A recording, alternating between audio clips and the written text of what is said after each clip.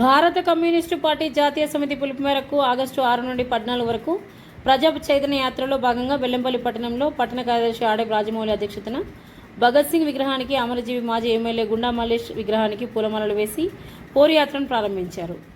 ఈ సందర్భంగా రాష్ట్ర సిపిఐ కంట్రోల్ కమిషన్ కార్యదర్శి మిట్టపల్లి వెంకటస్వామి, బెల్లంపల్లి నియోజకవర్గ కార్యదర్శి దాగం మల్లేష్లు మాట్లాడారు.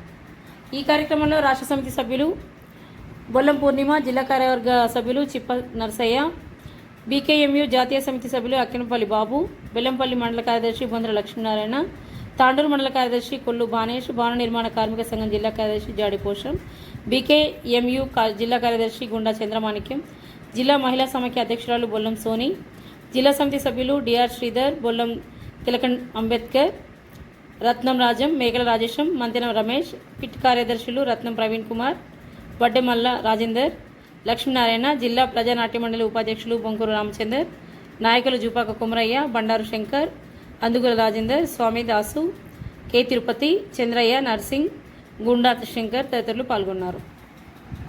సరైన వైద్య విధానాన్ని అందించాలని, తర్వాత సరైన విద్యా విధానాన్ని అందించాలని డిమాండ్ చేస్తూ జాతీయ పార్టీ ఇచ్చిన పిలుపులో భాగంగా ఏదైతే ఆగస్టు 6 తారీఖు నుంచి 14 తారీఖు వరకు సిపిఐ ప్రజా పౌరు జాతర ద్వారా ప్రజలను సంపూర్ణంగా చైతన్యవంతం చేసి రాబోయే కాలంలో మరో స్వాతంత్ర పోరాటానికి భారత కమ్యూనిస్ట్ పార్టీ భారతదేశ ప్రజలు సంసిద్ధం కావాలని విజ్ఞప్తి చేస్తూ ఈరోజు 3 సంవత్సరాలుగా పరిపాలన కొనసాగిస్తున్న తెలంగాణ రాష్ట్రంలో ఏదైతుందో మీరిచ్చిన హామీలు 6, తర్వాత వాగ్దానాలు 420 వీటిని అమలు చేయడం లేదు. అదే రకంగా బెల్లంపల్లి పరిసర ప్రాంతాలు ఒకసారి ఆలోచన చేయాలి. ప్రజలు ఈరోజు 176 జీవో ప్రకారంగా ఈ బెల్లంపల్లి పట్టణంలో ప్రతి ఒక్కరికి ఇంటికి మన పట్టా సర్టిఫికెట్ ఇవ్వాల్సింది. కాబట్టి బీఆర్ఎస్ ప్రభుత్వం పరిపాలించిన రోజుల్లో ఆ పట్టాలు సగం మందికి ఇవ్వలేదు బెల్లంపల్లిగా. కాబట్టి వెంటనే ఈ కాంగ్రెస్ ప్రభుత్వం 176 జీవో కాకుండా 159 జీవో ప్రకారంగా ప్రజలకు పట్టాలు ఇవ్వాలని ఈ జాతర తరఫున మేము డిమాండ్ చేస్తున్నాం. కాబట్టి మనము అదే కాకుండా ఈరోజు మరొక విషయం, గత టీఆర్ఎస్ ప్రభుత్వంలో ఈ బెల్లంపల్లి ప్రాంతంలో చుట్టుపక్కల ఏదైతే ప్రభుత్వ పరంపర భూములు ఉన్నాయో అవి అన్నిటి యథాచేతగా రియల్ ఎస్టేట్ వ్యాపారులు కబ్జా చేసి అనేక వెంచర్లు వేయడం జరిగింది. కాబట్టి కాంగ్రెస్ ప్రభుత్వం వచ్చిన తర్వాత ఆ వెంచర్లు ఇంకా వికసిస్తున్నాయి. దాన్ని కూడా మేము వ్యతిరేకిస్తున్నాం.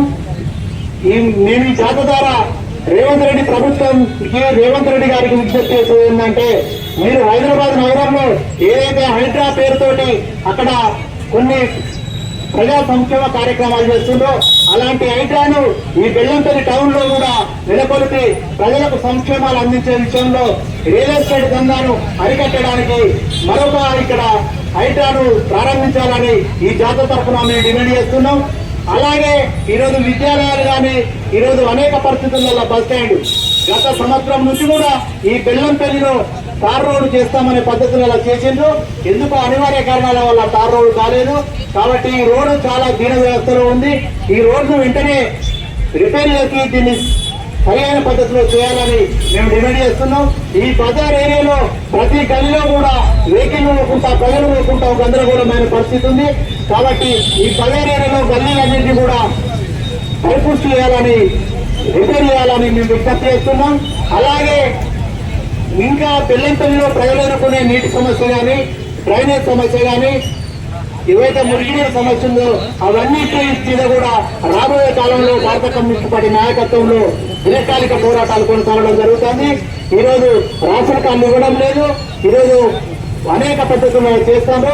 కాబట్టి టౌన్ పార్టీ ఆఫీస్ ఉంటుంది. Town party secretary comrade Rajamouli గారు ఉంటారు.